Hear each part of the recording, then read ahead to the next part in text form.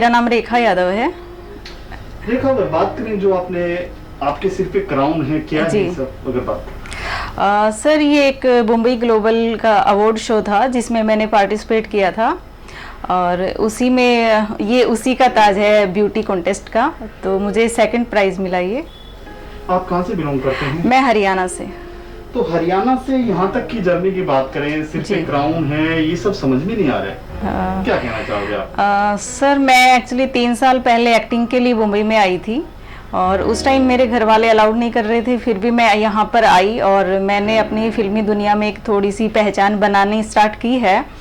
मैंने मूवीज़ वगैरह की है, बट मैंने ये जो शो है ये कभी भी मैंने मतलब स्टेज पे मैं कभी नहीं गई थी, तो मुझे डर लग रहा था कि मैं यहाँ तक कैसे जाऊँगी। लेकिन जो राजकुमार तिवारी सर है उन्होंने मुझे काफ़ी सपोर्ट किया कि नहीं तुम एक बार इसमें आके देखो, अच्छा लगेगा और तुम कर सकती हो। तो मैंने काफ़ी मना किया, फिर भी सर ने मुझे काफ़ी सपोर्ट किया, तो मैंने इसमें भाग लिया। तो हरियाणा की जो लड़कियां हैं अक्सर जी। स्पोर्ट्स में होती हैं। जी। आप कहाँ से बिलोंग करते हैं? अगर आपको कोई देख रहा है तो क्या कहना चाहोगे? आपके किसको ये सारा किसको कहना चाहोगे जिसकी वजह से आप मिला है, मतलब किसको मैसेज देना चाहोगे अपने घर पे, परिवार में, गांव में? जी, मैं एक छोटे से शहर भिवानी से बिलोंग करती हूँ। मेरे मम्मी पापा गांव में रहते हैं, मिलकपुर गांव में, और मेरी पूरी फैमिली को किसी को ये नहीं था कि मैं मुंबई जाके कुछ कर सकती हूँ। सबको ये था कि नहीं, छोटे से शहर से, गांव से जाके लड़की क्या करेगी, और वो भी इतने बड़े शहर मुंबई में, क्योंकि यहाँ पे तो बहुत सारी अच्छी अच्छी लड़कियाँ, बहुत हीरोइन ये घूमती हैं, तो मैं शायद मुझे काम नहीं मिलेगा। बट जैसे ही मैं फर्स्ट टाइम मुंबई आई थी तो मुझे यहाँ पे एक ही मंथ में मूवी मिली थी और अभी तक मैं 5 मूवी कर चुकी हूँ। अभी मेरी रनिंग में है एक अजय देवगन और सोनाक्षी के साथ मूवी जिसका नाम है भुज द प्राइड ऑफ इंडिया, और आप सबको बहुत जल्दी वो देखने को मिलेगी। रेखा, आप ऐसे गांव से ताल्लुक रखते हैं, हरियाणा से जो लड़कियां घर से बाहर निकलती है जी। और कितना प्राउड है आपको ये पहन के? मुझे सच पूछो तो मुझे यकीन नहीं हो रहा कि ये ताज मैंने पहना है और मैं ये जीती हूँ, क्योंकि मैंने कैमरा फेस किया है, एक्टिंग की है, बट मैं ये स्टेज पे कभी नहीं गई। और जैसे ही मैं स्टेज पे गई तो मैं काफ़ी नर्वस और एक डरी हुई थी, लेकिन जब मैंने ट्रॉफी देखी वहाँ पर तो ट्रॉफी देख के मुझे लगा कि नहीं, मुझे यहाँ पे डरना नहीं है, और बस आंखें बंद करके चली गई स्टेज पे। और क्योंकि हम कैमरे के सामने जाते हैं तो हमें कुछ याद करके जाना पड़ता है, जैसे मूवीज़ वगैरह में डायलॉग, यहाँ पे हमें कुछ याद नहीं करना पड़ता, हमारे अंदर जो टैलेंट है वो अपने आप निकल के आता है। तो मुझे काफ़ी खुशी है कि मैंने ये क्राउन जीता है और ये मिस टैलेंटेड का भी क्राउन जीता है, तो मुझे काफ़ी सारी खुशी हो रही है। हरियाणा से यहाँ तक की जर्नी की अगर बात करें, जी। ये जो आपने क्राउन पहना है, जी जी। कभी गांव में आपने सोचा था कि मैं मुंबई आकर ये क्राउन? नहीं, कभी सपने में भी नहीं सोचा था। एक्चुअली मैंने एक्टिंग में भी नहीं सोचा था कि मैं इतना जल्दी इतना काम कर लूँगी, और क्राउन का तो मैंने कभी भी नहीं सोचा था। 10 दिन पहले भी नहीं सोचा था कि मैं ये जीत पाऊँगी। एक्चुअली ये शो से पहले जब हमारी 2 दिन ग्रूमिंग चल रही थी तब भी मुझे विश्वास नहीं था कि मैं ये जीत सकती हूँ, और आज ये मेरे सर पे है तो मुझे काफ़ी मैं बता नहीं सकती कि कितनी खुश हूँ। और मेरे हिसाब से जो मेरे जहाँ गांव है, जहाँ से मैं आई हूँ, वहाँ पर आज तक किसी ने ये नहीं जीता है। सर, जो मुंबई की अगर बात करें जी। कैसे आपको मिला ये? मुंबई मैं जब से आई हूँ तब से राजकुमार सर को मैं जानती हूँ, और उन्होंने पिछले साल भी बोला था मुझे कि रेखा तुम इसमें पार्टिसिपेट करो, बट मैं डरती थी, मैं नहीं आना चाहती थी। मैंने कहा नहीं सर, मैं ये नहीं कर सकती, मैं एक्टिंग में ही ठीक हूँ, मैं स्टेज पे नहीं जा सकती। तो 2 साल से सर मुझे बोल रहे थे कि तुम आओ, लेकिन मैंने मना किया। बट अब की बार सर ने मुझे काफ़ी बोला कि नहीं, अब की बार तो आना पड़ेगा। तो बस मैं फ्री थी तो मैंने इसमें पार्टिसिपेट किया, और सर ने मुझे काफ़ी सपोर्ट किया कि तुम डरो मत, ये वो। तो आज ये मेरे सर पे आप ताज देख रहे हैं, ये सारा श्रेय राजकुमार सर को जाता है। तो कहीं ना कहीं और लड़कियों के लिए काफी प्रेरणा है ये, जी, जो जी। गांव में खेतों में काम करते हैं, घर में रहते हैं, घर से पर्दे में रहते हैं, घूंघट में रहते हैं। जी बिल्कुल। हाँ। जहाँ से मैं आई हूँ वहाँ पर भी अभी तक भी घूंघट करके रहती हैं लड़कियाँ। घर से बाहर जैसे ही लड़कियाँ जाती हैं तो दुपट्टा सर पे रखती हैं। और उनको कोई भी परमिशन नहीं होती कि वो घर से बाहर जाएं, छोटे कपड़े पहने, फ्रेंड में लड़कों को फ्रेंड नहीं बना सकती, उनको बिल्कुल भी अलाउड नहीं है घर से बाहर निकलना। लेकिन मैंने वो करके दिखाया है, क्योंकि मुझे खुद के लिए जीना है और मुझे मुंबई आके एक अपनी पहचान बनानी है ताकि लोग मुझे मेरे नाम से जाने। कहीं ना कहीं आपके अंदर एक चीज है जो आप बताना नहीं चाहते, हम पूछना भी नहीं चाहेंगे, तो वो चीज आप पीछे छोड़ के जी मुड़ के देखना नहीं चाहते हैं आप? जी बिल्कुल नहीं। मतलब दुनिया ने आपको कुछ गम दिया है, कुछ ऐसी चीजें हैं जो आप बताना नहीं चाहते, पर्सनल चीजें हैं? नहीं, ऐसा पर्सनल कुछ नहीं है, बट जैसे ही मैं मुंबई आई थी तो लोगों ने काफ़ी ताने मारे थे। अभी भी बोलते हैं कि मुंबई जाके क्या करती है, पता नहीं शूटिंग करती है या नहीं करती है, मुंबई बड़ी नगरी है, बड़ा शहर है, तो पता नहीं क्या करते। लेकिन मुझे कोई फ़र्क नहीं पड़ता। हाँ, पहले पड़ता था, मैं रोती थी जब लोग बोलते थे मेरे बारे में, लेकिन अब मुझे कोई फ़र्क नहीं पड़ता, क्योंकि वो मुझे खाने को नहीं देते, वो मुझे काम नहीं देते। तो मुझे अपना जो मेरी लड़ाई है ज़िंदगी की, वो मुझे खुद लड़नी है। मुझे किसी से कोई मतलब नहीं है कि मेरे बारे में कोई अच्छा बोलता है या बुरा बोलता है।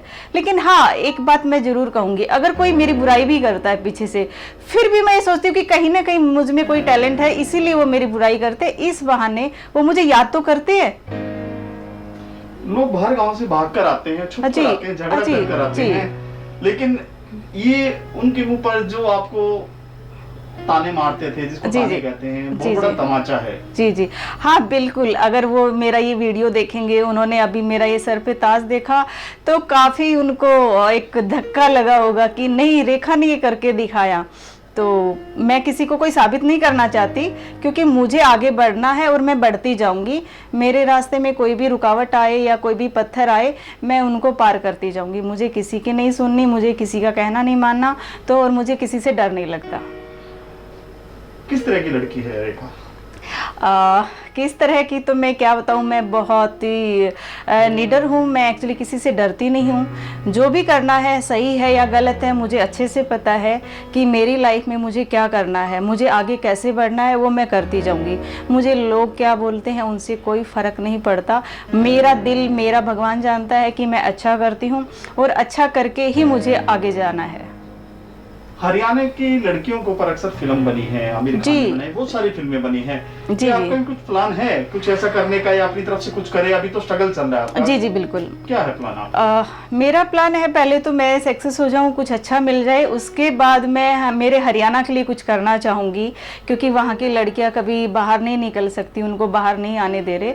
तो मैं अपने हरियाणा के लिए भी कुछ अच्छा करना चाहूँगी। हमने सुना है आप वहाँ पर भी कुछ फैशन शो कराने वाले हैं, ऐसा जो ये है ब्यूटी पेजेंट का, ऐसा? हाँ जी जी, मेरा प्लान चल रहा है। वहाँ पे मैं सोच रही हूँ नेक्स्ट ईयर वहाँ पे भी एक फैशन शो मैं ऑर्गेनाइज करूँगी, और ताकि वहाँ हरियाणा की जो लड़कियाँ हैं जिनमें टैलेंट है बहुत ज़्यादा, बट उनको परमिशन नहीं है बाहर निकलने की, तो मैं चाहती हूँ उनके लिए मैं कुछ करूँ वहाँ पे। सर पे गोबर का टोकरा हटवा के भूसे का ये रखवाने वाले? या बिल्कुल बिल्कुल बिल्कुल। क्योंकि वो लड़कियां बेचारी गोबर ढोती हैं या पानी के मटके लाती हैं, या फिर सिर्फ पढ़ाई से मतलब है उनको। क्या है कि हमारे शहर में 12th तक स्कूल होते हैं गांव में, वहाँ पे पढ़ा दिया। आगे अगर मान लो ग्रेजुएशन करना है तो वहीं शहर में, पास के शहर में करो। जैसे चंडीगढ़, दिल्ली नहीं भेजना चाहते वो लोग, बोलते हैं नहीं बाहर लड़की जाएगी तो बिगड़ेगी। बट मेरा मानना ये है, जितना भी लड़की को बांध के रखोगे उतना ज़्यादा बिगड़ेगी। जितना खोल दो, उसको पिंजरे से बाहर जाने दो, वो कभी गलत काम नहीं करेगी लड़की। मैं अगर बोलना चाहूँगी कि मुंबई जैसा शहर मैंने कहीं नहीं देखा। मुंबई जितना लड़कियों के लिए सेफ है उतना कहीं पे भी नहीं है। मेरा गांव, मेरा शहर, या मैं दिल्ली गई हूँ या कहीं और शहर में भी गई हूँ, बट मुंबई जैसा शहर मैंने कहीं नहीं देखा जहाँ लड़कियों की रिस्पेक्ट की जाती है, जहाँ लड़कियाँ आधी रात तक घूमती हैं छोटे छोटे कपड़ों में, फिर भी कोई लड़कियों की तरफ बुरी नज़र से कोई नहीं देखता। लेकिन ये लोग हैं जो छोटे शहर के, जो मुंबई को बदनाम करते हैं, बट मुंबई बहुत बहुत अच्छा शहर है। लेकिन स्ट्रगल जो है, स्ट्रगल का मजा अलग होता है। हाँ देखो, अगर हमें सब कुछ बना बनाया मिल जाता है तो हम उसकी कदर नहीं कर सकते। जैसे किसी के फादर का बना हुआ है, किसी के हस्बैंड ने बना के दिया है, बना बनाया सब कुछ मिलता है तो उसकी कदर नहीं होती। मेरा मानना है कि जहाँ हम स्ट्रगल करके जाते हैं और अपनी मेहनत से कमाते हैं, उसका एक अलग ही मज़ा है। और स्ट्रगल हर उसमें लाइन में है, ये नहीं है कि फिल्मी दुनिया में ही है। हम कहीं भी जाए, जॉब करने जाएं या किसी अदर लाइन में जाएं, हर जगह स्ट्रगल है। और अगर स्ट्रगल करके लड़की अगर आगे बढ़ती है तो उसकी मेहनत एक अलग ही रंग लाती है। स्ट्रगल की कोई वाकया शेयर करेंगे आप हमारे साथ? सुबह निकलते हैं, पैदल भी जाते हैं, जी जी, रिक्शा का पैसा बचेगा, जी जी, बिल्कुल बिल्कुल। मैं पूरे दिन भर एक रोटी खाकर, बिना रोटी खाए चाय पी के निकल जाते हैं। मेरा है ये स्ट्रगल। मैंने स्टार्टिंग में जब मैं मुंबई आई थी तो मुझे मुंबई के बारे में कुछ नहीं पता था। मैंने बैग उठाया था और मैं ट्रेन में बैठ के मुंबई आ गई थी। तो मुझे रहने का, कहाँ जाना है, कुछ नहीं पता था।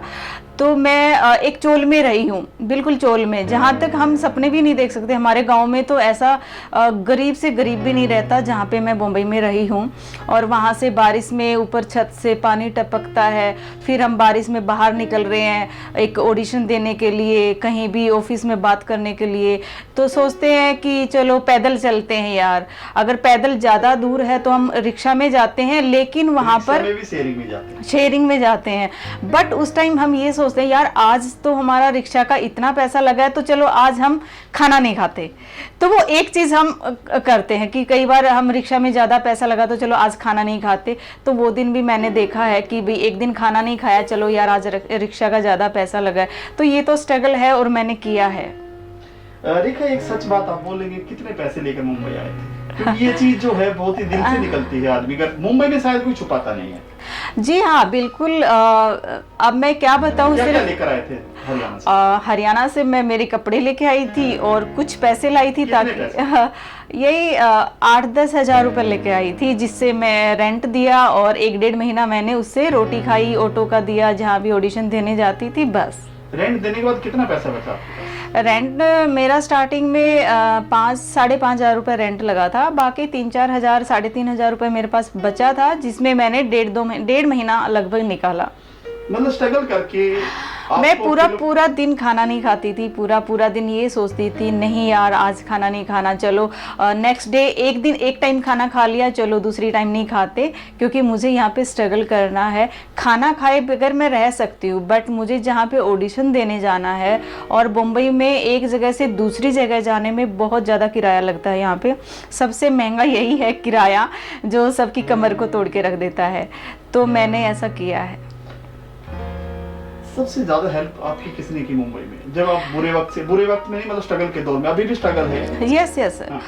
सबसे पहले जब मैं मुंबई में आई थी तो मैं राजकुमार तिवारी सर को ही जानती थी, और मैंने इनसे ही रहने का पूछा था कि सर मुझे रहना है तो प्लीज़ आप मुझे बताइए कि मैं कहाँ रहूँ। तो इन्होंने मुझे किसी का नंबर दिया था कि आप इनसे बात करो। तो एक आंटी थी, उनसे मैंने बात की तो उन्होंने मुझे महाड़ा में शिफ्ट किया कि आप यहाँ पीजी में रह सकते हो। तो मैं वहाँ पे रही थी। उसके बाद एक सर और हैं जिनसे मैं पूछती थी कि कहाँ पे ऑडिशन देना है, कहाँ जाना पड़ता है, क्या करना पड़ता है।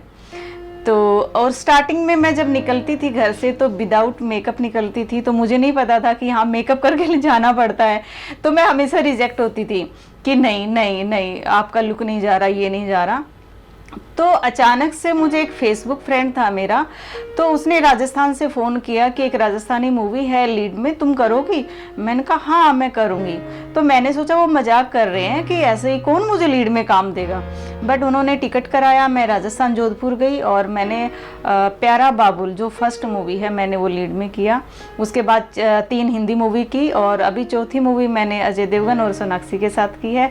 और उनके साथ काम करके, भूजदा प्राइड ऑफ इंडिया नाम है उसका। एक्चुअली ये अभी रिलीज हो जानी चाहिए थी, लेकिन ये अभी लॉकडाउन की वजह से। मेरा सोनाक्षी की फ्रेंड का रोल है और इसमें काफी अच्छा है मेरा। मतलब गांव के लिए काफी प्राउड की बात है जो आपको ताने मारते थे। अभी इंटरव्यू के दौरान आप किसको, अपनी भाभी को, माँ को, बहन को, किसको क्या मैसेज डेलीगेट करना चाहेंगे आप? या जिसने आपको ताने मारे उसको कुछ कहना चाहोगे बड़े प्यार से हंसते हंसते? नहीं, जिसने ताने मारे मैं उसको कुछ नहीं कहूंगी। मैं तो यही बोलूंगी चलो अच्छी बात है। आप बोलेंगे? नो मैं नाम नहीं लेना। जिनको आप इसके लिए बोलना चाह रहे हैं कि आप देखो मैं बन गई हूँ, आपकी मेहनत से यहाँ तक पहुंची है, जिन्होंने आपको, कुछ लोग ऐसे भी होंगे जिन्होंने आपको पुश किया नहीं, कि आप जाइए। हाँ, मेरे भैया भाभी हैं जिन्होंने मुझे काफी हेल्प की है क्या मैसेज, क्या कैसे मिस करोगे उनको आप मैं नाम तो के साथ? यही बोलूंगी कि मेरा भाई सचिन और भाभी मनप्रीत जी, थैंक यू, आप लोगों ने मुझे काफ़ी सपोर्ट किया। और मेरी सिस्टर भी हैं, उन्होंने मुझे सपोर्ट किया कि जाओ दीदी, आप जाओ और हम पीछे सब कुछ संभाल लेंगे, बट आप जाओ और कुछ बन के दिखाओ, ताकि हमें भी प्राउड फील हो कि हमारी ननद ने, मेरी सिस्टर ने इतना अच्छा एक प्लेटफॉर्म मतलब हासिल किया है। अभी भी वो बोलती है मुझे, क्योंकि मेरी फैमिली से कोई भी बाहर नहीं निकला है आज तक, तो अब जैसे ही मैं जाती हूँ शूट के लिए तो सब भाभी बोलती यार हम तो कभी फ्लाइट में नहीं बैठे और आप फ्लाइटों में घूम रहे हो। कहता है दीदी आपका लक अच्छा है, और मैं चाहती हूँ कि उनकी दुआ और उनका प्यार हमेशा साथ रहे और मैं ऐसे ही घूमती रहूँ और काम करती रहूँ। मुंबई एक सपनों का शहर है, क्या जी। सपना लेकर आए थे आप? सपना मेरा कुछ ज़्यादा बड़ा नहीं था, बट ये था कि मेरा एक नाम कमाना है मुझे, ताकि लोग सिर्फ मेरे नाम से जाने।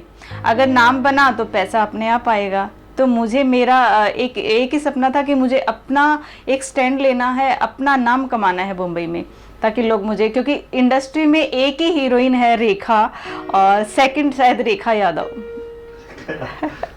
जी। और अपना आइडियल किसको मानते हैं मुंबई में कि उसको देखकर बड़े होते हैं, या फिर उसकी तरह चलना, बातें करना उसको? मैं एक्चुअली रेखा को ही फॉलो करती हूँ। रेखा जो मैम है, मैं उनको काफ़ी पसंद करती हूँ, और उनका जो लुक है मुझे सच में वो बहुत बहुत अच्छी लगती हैं। इस क्राउन की क्या वैल्यू है?